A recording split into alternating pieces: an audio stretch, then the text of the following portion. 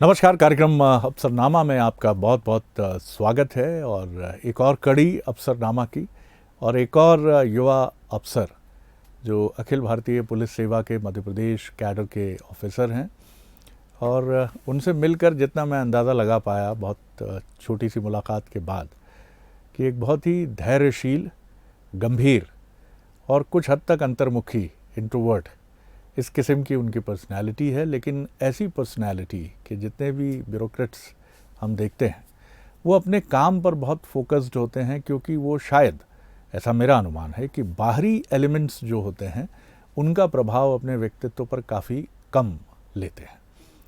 और चूँकि वो अखिल भारतीय पुलिस सेवा के अधिकारी हैं और जो जिम्मेदारी उनको दी गई है वो भी बड़ी महत्वपूर्ण है। वो भोपाल में डीसीपी क्राइम की जिम्मेदारी संभाल रहे हैं, जिसमें साइबर जो क्राइम जो आजकल एक बहुत बड़ी चुनौती हम सब के लिए है, वो भी उसका हिस्सा है। तो जाहिर तौर पर उनका ये धैर्यशील और गंभीर व्यक्तित्व उनके इस काम में उनकी काफ़ी मदद करता होगा। उनकी पृष्ठभूमि की अगर मैं बात करूं तो 2016 बैच के वो मध्य प्रदेश कैडर के आईपीएस ऑफिसर हैं। मूल रूप से बिहार से आते हैं। उनके पिताजी एक पुलिस अधिकारी रहे और अभी भी एक सीनियर पोजीशन में वो बिहार में काम कर रहे हैं। और उनकी अगर मैं बात करूं तो उन्होंने एक मेधावी स्टूडेंट तो वो रही अपनी पढ़ाई के आरंभिक दिनों में, और बाद में उन्होंने तंजौर से, तमिलनाडु से उन्होंने इंजीनियरिंग की कंप्यूटर साइंस में, और उसके बाद पहले आईआरएस सर्विस में वो चयनित हुए और दूसरे ही अटेम्प्ट में अखिल भारतीय पुलिस सेवा में उन्होंने परचम फहराया। तो मुलाकात करिए, मेरे साथ हैं अमित कुमार, जो डीसीपी क्राइम, जैसा मैंने आपसे कहा, साइबर क्राइम की जिम्मेदारी भोपाल में संभाल रहे हैं। सर, बहुत स्वागत करता हूँ आपका। धन्यवाद। अमित जी, जैसा मैंने कहा कि एक गंभीर, धैर्यशील और बहुत डाउन टू अर्थ रहने वाला, अपनी पर्सनैलिटी को बहुत सहेज कर चलने वाला व्यक्तित्व तो आपका है। क्या मैं ठीक हूँ? मैं ये आपका असेसमेंट है, थैंक यू। आपने ये जी, तो आप बिल्कुल इसी तरह के व्यक्ति हैं। प्रयास करता हूँ कि इन्हीं व्यक्तित्व के जो भी डायमेंशंस है इस पे मैं अपना एक्शंस को इवैल्यूएट करूं। जी, चलिए हम आपको ले चलते हैं पीछे। जब आप बिहार में 11वीं में या 10वीं के स्टूडेंट थे, उस समय क्या सोच थी अमित जी की? जब वो स्कूली दिनों में थे, पतंग भी उड़ाते होंगे, क्रिकेट भी खेलते होंगे, हालांकि आपको देख के लगता है कि पढ़ाई पर काफ़ी फोकस है।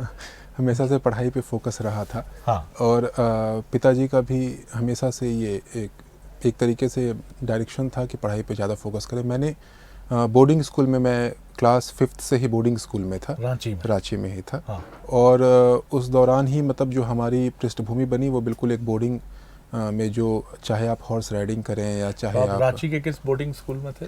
सेंट्रल एकेडमी वहाँ पे है। सेंट्रल एकेडमी में मैंने पढ़ा है रांची में।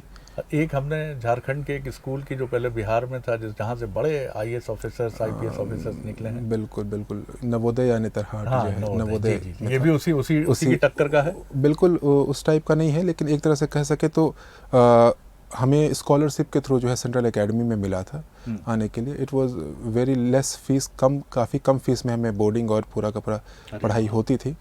तो और वर्ल्ड बुद्धा फाउंडेशन से जो है जुड़ा हुआ था उस समय।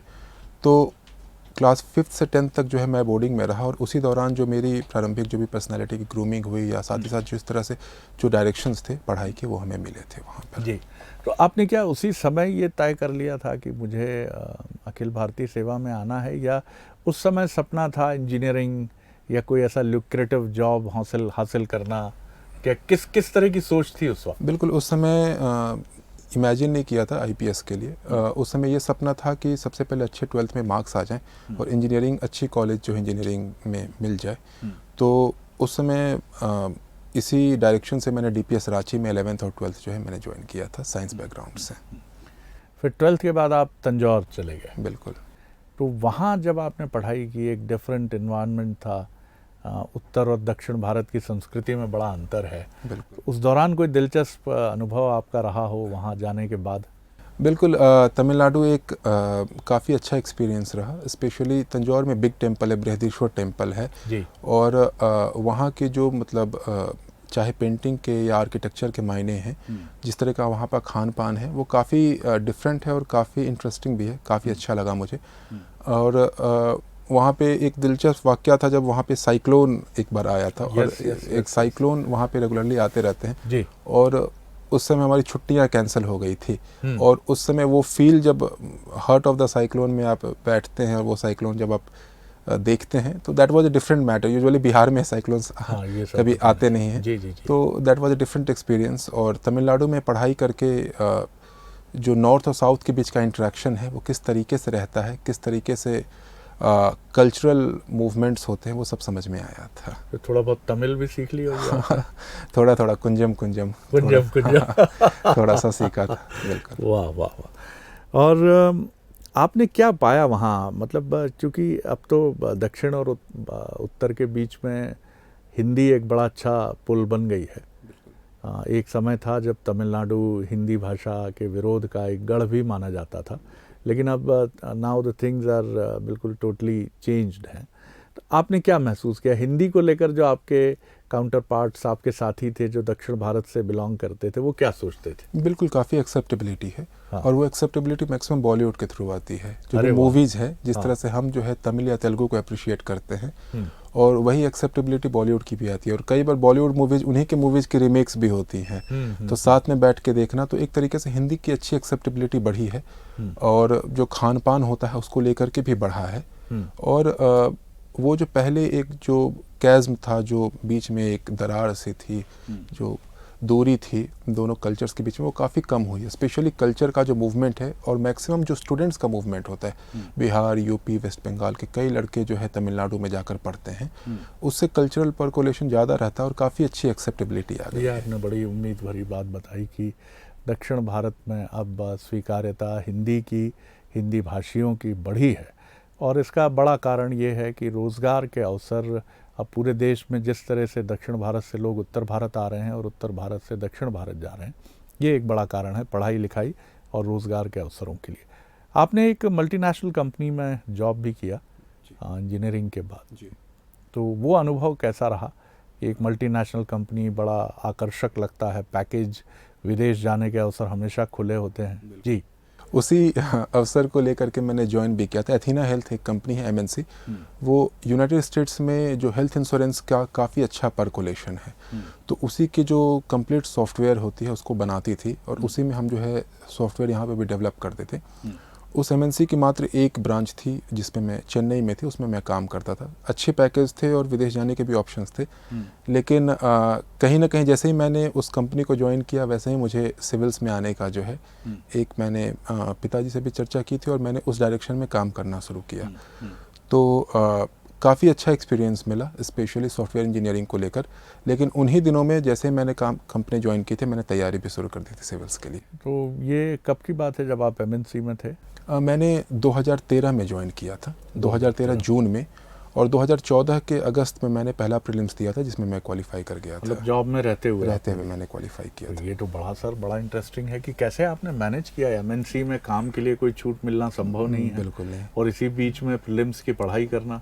बिल्कुल, तो यही था कि वहाँ पे एक शंकर IAS अकेडमी है, काफ़ी फेमस है, और उसमें मैंने सैटरडे और संडे को जो छुट्टी मिलती थी उसमें मैं जाकर पढ़ता था वहाँ पर, और बाकी दिनों में जो भी 2-4 घंटे मिलते थे काम के बाद उसमें मैं पढ़ता था। तो बेसिकली यही मुझे सीखने को मिला कि अगर लगन है और जुझारूपन है कि हमें कुछ करना है तो वो जो है अटेन हो ही जाता है। पहला मंत्र मिल गया साहब। देखिए, हम लोग बहुत कंप्लेंट्स करते हैं लाइफ में कि ये मिल जाता तो मैं ये कर लेता, लेकिन मैं अमित जी की बात करूं तो इन्होंने एक टफ जॉब के साथ सिर्फ वीकेंड्स में जो 2 दिन मिलते थे तब वो शंकर IAS अकेडमी अटेंड करते थे और बाकी दिन सिर्फ 2-2.5 घंटे पढ़ते थे।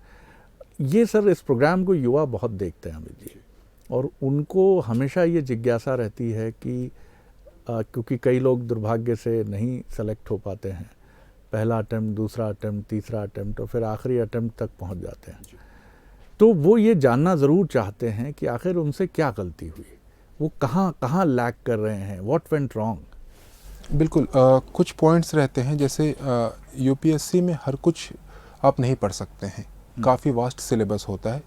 ये एनालिसिस करना होता है कि क्वेश्चंस किस तरीके से पूछे जा रहे हैं, और स्पेशली हर क्वेश्चन का आंसर नहीं आता है, हमें जो है एलिमिनेशन टेक्निक को यूज करना पड़ता है। लेकिन एलिमिनेशन हम तभी कर पाते हैं जबकि हम बिल्कुल काफ़ी गंभीर होकर और किसी भी फैक्ट को सिर्फ हम याद नहीं कर सकते हैं। तो मैं बस कोई भी, अगर जैसे कोविड का जो है, मैं पिछले साल का ही एक क्वेश्चन देख रहा था, इस एक रिसेप्टर्स के बारे में उन्होंने पूछा था। तो कोविड सभी को पता है, लेकिन कौन से रिसेप्टर पे कोविड के जो वायरस है वो काम करते हैं। तो बेसिकली अगर कुछ भी हो रहा है तो उसके बारे में कंप्लीट नॉलेज लेना, मतलब कि हम जो है, जो एक सिविल सर्वेंट से एक्सपेक्टेड भी होता है कि जब हम नौकरी में आते हैं तो हम सिर्फ बाइज्ड होकर एक इशू को ना देखें, बल्कि चारों तरफ से देखें।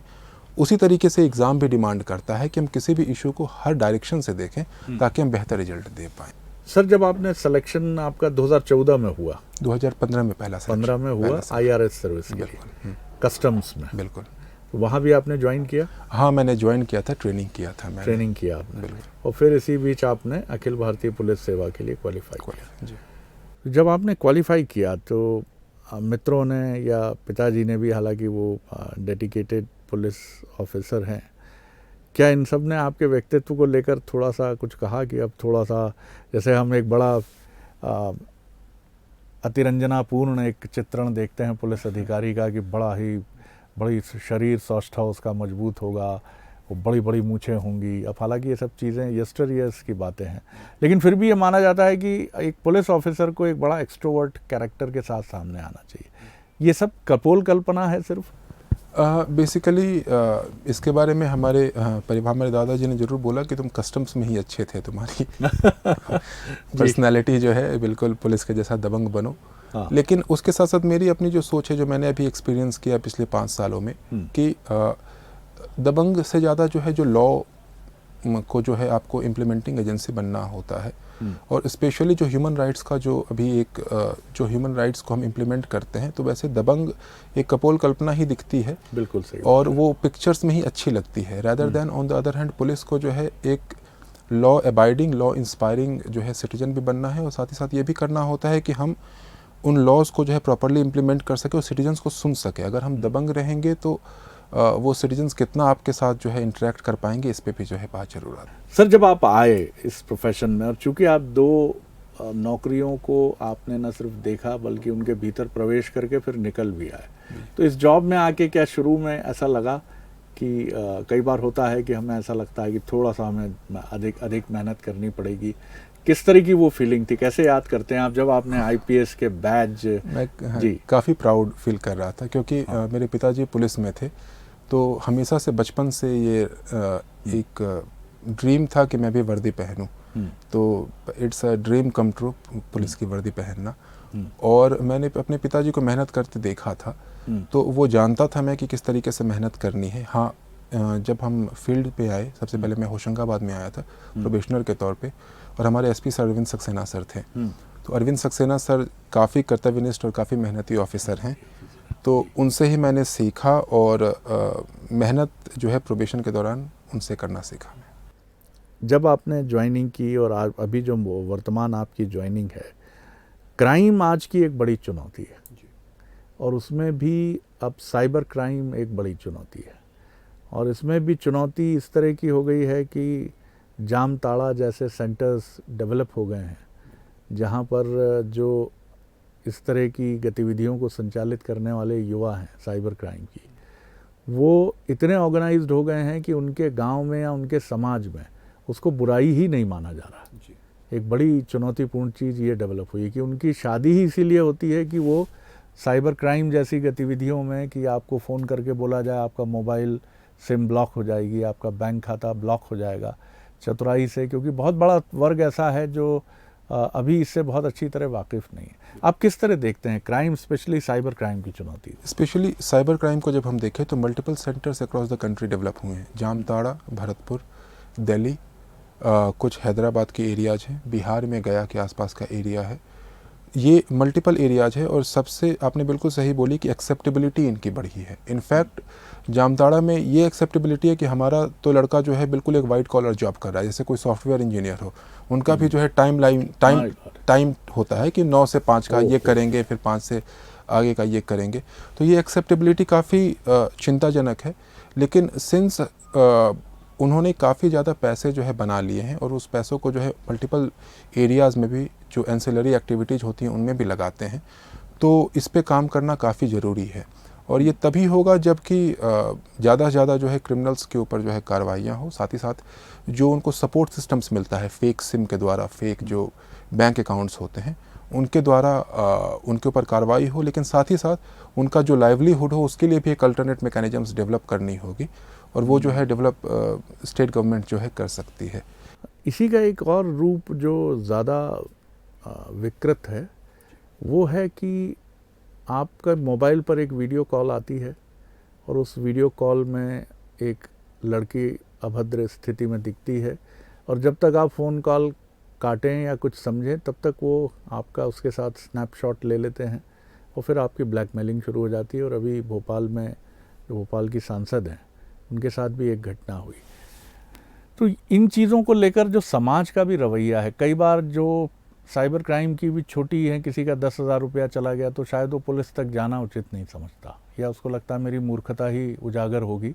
ख़ासतौर से गृहिणियाँ या बुजुर्ग, उनको लगता है कि उनके बच्चे या उनके हस्बैंड या उनके युवा पुत्र पुत्री उनको डांटेंगे तो वो इस चीज़ को छिपा लेते हैं। आपने क्या ये महसूस किया कि समाज का रवैया प्रोएक्टिव होना चाहिए, ऐसी शिकायतें तुरंत आनी चाहिए, बड़ी संख्या में आनी चाहिए? बिल्कुल आपने सही बोला, ये प्रोएक्टिवनेस बहुत ज़रूरी है। स्पेशली इस टाइप की शिकायतों को सेक्सटॉर्शन की शिकायतें कहते हैं, और इस टाइप की शिकायतों में स्पेशली बाकी OTP फ्रॉड्स में तो लोग आ जाते हैं, लेकिन इस टाइप की स्पेशल शिकायतों में लोग आगे आने से कतराते हैं। ऐसे में 2 स्टेप्स है। एक तो लोगों को जो है बेहिचक जो है साइबर जो अपने नोडल ऑफिसर्स हैं या साइबर थाने हैं वहाँ पे आने चाहिए, और साथ ही साथ एडवाइजरीज को भी फॉलो करना चाहिए। रेगुलर एडवाइजरी जो है जो भी ऑफिसर्स हैं उनके द्वारा जो है रिलीज किए जाते हैं, और इन एडवाइजरीज को जो है रेगुलरली अवेयरनेस के थ्रू जो है व्यक्तियों तक पहुँचाना काफ़ी ज़रूरी है। सर, पुलिस कमिश्नर सिस्टम अभी ज़्यादा वक्त नहीं हुआ, लेकिन ये बड़ी एम्पावरमेंट की पुलिस की एक प्रणाली मानी जाती है देश में। जो हमारा अनुभव हमने अलग अलग राज्यों में, महानगरों में देखा है, आपने कैसे महसूस किया और कितने गौरवान्वित भी हैं आपकी आज आप DCP क्राइम है? इट्स ऑनर कि मुझे DCP क्राइम के रूप में पदस्थापना दी गई है। Commissionerate is a very empowering system, काफ़ी ज़्यादा, क्योंकि मजिस्ट्रियल पावर्स पुलिस के पास आ जाते हैं, और उन मजिस्ट्रियल पावर्स के थ्रू जो CRPC के जो 106 से लेकर यूजुअली 145 तक के जो सेक्शंस होते हैं, यूजुअली 107-16 के होते हैं, 112-113 के होते हैं, उनसे क्रिमिनल्स के ऊपर कार्रवाई करने की काफ़ी लीवे होती है। और इसमें रिस्पॉन्सिबिलिटी के साथ जब पावर पुलिस के पास आता है तो काफ़ी कंट्रोल होता है। In fact I am very positive about it कि काफ़ी कमिश्नरेट जो है आगे जाकर काफ़ी एक मील का पत्थर साबित होगा, स्पेशली क्राइम कंट्रोल में। आप विवाह गठबंधन में भी बंध चुके हैं और बहुत ही पवित्र गठबंधन है ये।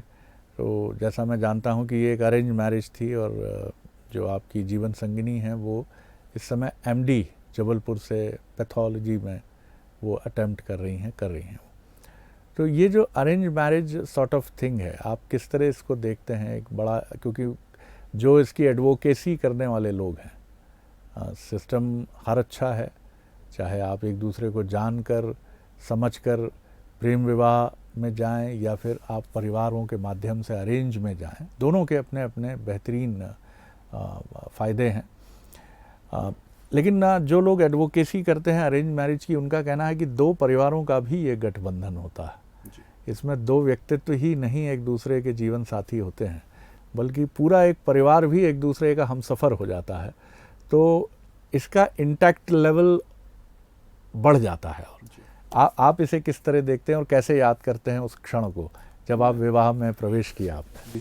मैं इस बात से बिल्कुल जो है कंकर करता हूँ। बिल्कुल सही बात है कि 2 इंडिविजुअल सिर्फ नहीं आते, बल्कि 2 परिवार भी साथ में जो है जुड़ जाते हैं।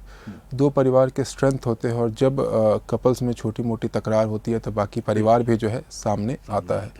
तो ये जो है एक बहुत बड़ा सपोर्ट मैकेनिज्म होता है, स्पेशली आज के समय में, क्योंकि यूजुअली लव मैरिजेज़ में इंडिविजुअल्स ही एक दूसरे से मैक्सिमम एक्सपेक्टेशंस रखते हैं, और ये परिवार का सपोर्ट काफ़ी इम्पोर्टेंट होता है। मैं जब अपने बारे में सोचूं तो मेरे पिताजी ने हमारे फादर इन लॉ को अप्रोच किया था। दोनों ने खुद में पहले जो है बातचीत की थी, और उसके बाद ही जो है मुझे बताया गया था। और एक तरीके से it was very good for me, मतलब मैंने किसी भी ना कभी मैंने अलग से कभी कुछ वो मतलब मेरे कुछ थे भी नहीं, तो I was always for arrange marriage, पिताजी के ऊपर छोड़ दिया था। मतलब जो दर्शक देख रहे हैं इस वक्त कार्यक्रम, वे सोच रहे होंगे एक बड़ी हैंडसम पर्सनैलिटी, और उसके बाद तो लड़कियों को बड़ी शिकायत रही होगी आपके कॉलेज टाइम में और आपके जॉब टाइम में जब आप अनमैरिड रहे कि ये बड़े रिजर्व रहते हैं। ऑन द अदर हैंड कोई मैं किसी से ज़्यादा बात भी नहीं करता था और कोई मुझसे ज़्यादा बात भी नहीं करता था, पढ़ाई में ही ज़्यादा मशगूल रहता था मैं जी। तो पिताजी के ही ऊपर ये चीज़ें छोड़ दी थी मैंने अपना टास्क जो स्पेशली पढ़ाई का है उसको परफॉर्म किया था। आप जितने चुप हैं, शांत हैं, कूल हैं, जो आपकी जीवन संगिनी है, अक्सर ऐसा होता है कि अपोजिट अट्रैक्ट्स, तो क्या वो थोड़ी सी ज़्यादा वाचाल हैं, एक्सटर्नल अफेयर मिनिस्ट्री वही संभालती हैं क्या इस तरह की? क्योंकि ये कहते हैं कि marriages are made in heaven, तो ईश्वर इसका बड़ा ध्यान रखता है कि अगर एक चुप है तो दूसरा ज़्यादा बोलेगा, अगर एक थोड़ा सा अंतर्मुखी है तो दूसरा बहिर्मुखी हो जाता है। Is it true sir? हाँ, थोड़े से मामले में ये सही ये है चूँकि मेरा अनुभव आपसे ज़्यादा है, बिल्कुल, इसलिए मैं इस मामले में कुछ अधिक साधिकार टिप्पणी कर सकता हूँ। कंक्लूड करूँगा मैं एक दो सवालों से। अब तक का जो आपका करीब करीब 5-6 वर्षों का इस सेवा का सफ़र रहा है, इस दौरान आप पीछे मुड़कर देखते हैं, हालांकि इट इज़ टू स्मॉल, अभी मैनी मोर जो पड़ाव हैं वो अभी आने हैं, लेकिन कुछ आपको ऐसा याद आता है जहां आप बहुत मानवता के लिए, मनुष्य के लिए, किसी पीड़ित व्यक्ति के लिए कुछ ऐसा कर पाए हों जिससे मन को बड़ी शांति मिली हो? और आपसे मिलकर ये दावा तो मैं कर ही सकता हूं कि लोगों को बहुत अच्छा लगता होगा, एक ह्यूमन फेस के साथ अगर पुलिस का एक युवा सीनियर ऑफिसर अगर रूबरू होता है तो लोग बहुत खुश होते होंगे। जी, कई इंसिडेंट्स थे, स्पेशली मैं भोपाल में सीएसपी था गोविंदपुरा में, और उसके बाद एडिशनल एसपी जबलपुर में था, तो कई समय आए, कई बार इनफैक्ट लोगों को मदद यूजुअली लीगल तौर से ही की, और साथ ही साथ कई बार कुछ फ्रॉड हो गए तो फ्रॉड में भी जो है लोगों को जो है हेल्प किया। कोविड के समय काफ़ी हेल्प करने को जो है मिला।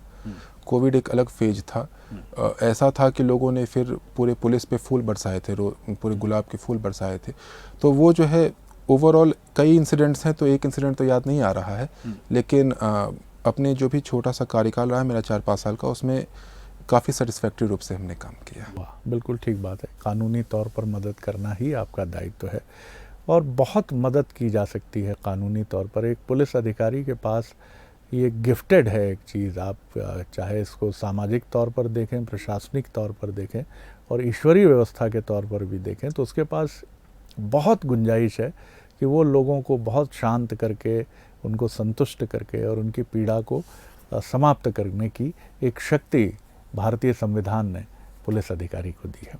आपका कुछ स्पिरिचुअल इंक्लिनेशन भी है, कुछ मेडिटेशन, ध्यान या पढ़ना लिखना? थोड़ा मोड़ा कर लेता हूँ। अच्छा, थोड़ा सा कर लेते। कंक्लूड करूँगा मैं इस प्रश्न के साथ कि फिर मैं उन युवा विद्यार्थियों की तरफ आऊँगा कि स्ट्रैटेजी क्या होनी चाहिए, चाहे वो राज्य प्रशासनिक या पुलिस सेवा की तैयारी करें या अखिल भारतीय सेवा की या किसी भी टफ कॉम्पिटिटिव एग्ज़ाम की तैयारी करें, तो किन फेजेस में आगे बढ़ें? और आप रिटन के साथ साथ प्रीलिम्स के साथ साथ रिटन एंड देन इंटरव्यू के लिए आप क्या टिप्स देना चाहेंगे? बिल्कुल, सबसे पहले तो मैं यही बताना चाहूँगा कि आज के जो एग्ज़ाम्स स्पेशली यूपीएससी में जो क्वेश्चंस आते हैं वो हॉलिस्टिक रूप से पूछते हैं। अगर आप वर्ड टू वर्ड सिर्फ याद करते हैं तो वो आपको हेल्प नहीं करेगा। ऐसे में किसी भी इशू को हॉलिस्टिक रूप से देखें, थोड़ा गूगल भी करें, मल्टीपल आर्टिकल्स उस पर पढ़ें, और एक डायमेंशनल एनालिसिस सभी इश्यूज़ का बनाएं। जब आप प्रीलिम्स की तैयारी कर रहे होते तो सिर्फ प्रीलिम्स की तैयारी नहीं करनी चाहिए, मेंस की भी तैयारी साथ साथ करनी चाहिए, क्योंकि प्रीलिम्स का एग्ज़ाम के बाद और मेंस के बीच में काफ़ी कम समय का होता है, ये पड़ाव होता है, तो ऐसे पड़ाव के लिए पहले से तैयारी करना काफ़ी ज़रूरी है। इंटरव्यू में यूजुअली जो भी इंटरव्यूअर होते हैं वो आपकी पर्सनैलिटी को असेस करते हैं, काफ़ी एक्सपीरियंस्ड होते हैं, तो एक झलक से ही आप समझ जाते हैं, लेकिन वो यूजुअली मल्टीपल स्ट्रेस और मल्टीपल सिनेरियोज को आपके समक्ष प्रस्तुत करते हैं, और वो ये देखते हैं कि क्या कॉन्स्टिट्यूशनल वैल्यूज जो हैं, हमारे जो संविधान के वैल्यूज हैं, वो उन हम में है कि नहीं है। साथ ही साथ हम मल्टीपल स्ट्रेस सिनेरियोज को और मल्टीपल सिनेरियोज को किस तरह से अप्रोच करते हैं, वो हमारी व्यक्तित्व को और हमारा जो मैच्योरिटी है उसको दिखाता है। साथ ही साथ सिर्फ पढ़ने से भी जो है वो मैच्योरिटी नहीं आती। आप खेलें, आप लिटरेचर पढ़ें, उससे भी जो मल्टीपल डायमेंशंस है पर्सनालिटी की वो इवॉल्व होता है। कोई म्यूजिक करता है, कोई डांस करता है, कोई रनिंग करता है, फिटनेस पे ध्यान देता है। और हाँ, पढ़ाई के समय अपने हेल्थ को ज़रूर ध्यान पे रखें, क्योंकि कई लोग फिर एग्ज़ाम्स के समय बीमार हो जाते हैं, तो वो हेल्थ पे भी जो है ध्यान देना काफ़ी ज़रूरी है। तो मुझे लगता है कि इन प्रिंसिपल्स से सिलेक्शन आसान हो जाता है। तो अपने शरीर का बहुत ध्यान रखिए, ये गजब की टिप है। और ये भी मुझे बहुत अच्छी लगी कि आप प्रीलिम्स और मेंस की तैयारी साथ साथ करें। वक्त बहुत कम है आपके पास, बीच में दिक्कत हो जाएगी। और इंटरव्यूअर जो है वो आपकी पर्सनैलिटी को आप कितना दबाव झेल सकते हैं और संवैधानिक मर्यादाओं से आप कितने वाकिफ़ हैं, कितना समझते हैं आप क्योंकि आप एक ऐसे ऑफिसर होने वाले होते हैं जिसका दायरा कॉन्स्टिट्यूशन के फ्रेम में ही फिक्स है, तो वो ये भी एडजस्ट करते हैं। ओवर स्मार्ट होने की ज़रूरत नहीं है। आप जो हैं वो बोलें। आप नहीं है तो मना कर देंगे, आप नहीं है तो मना कर दें, ज़्यादा बेहतर है।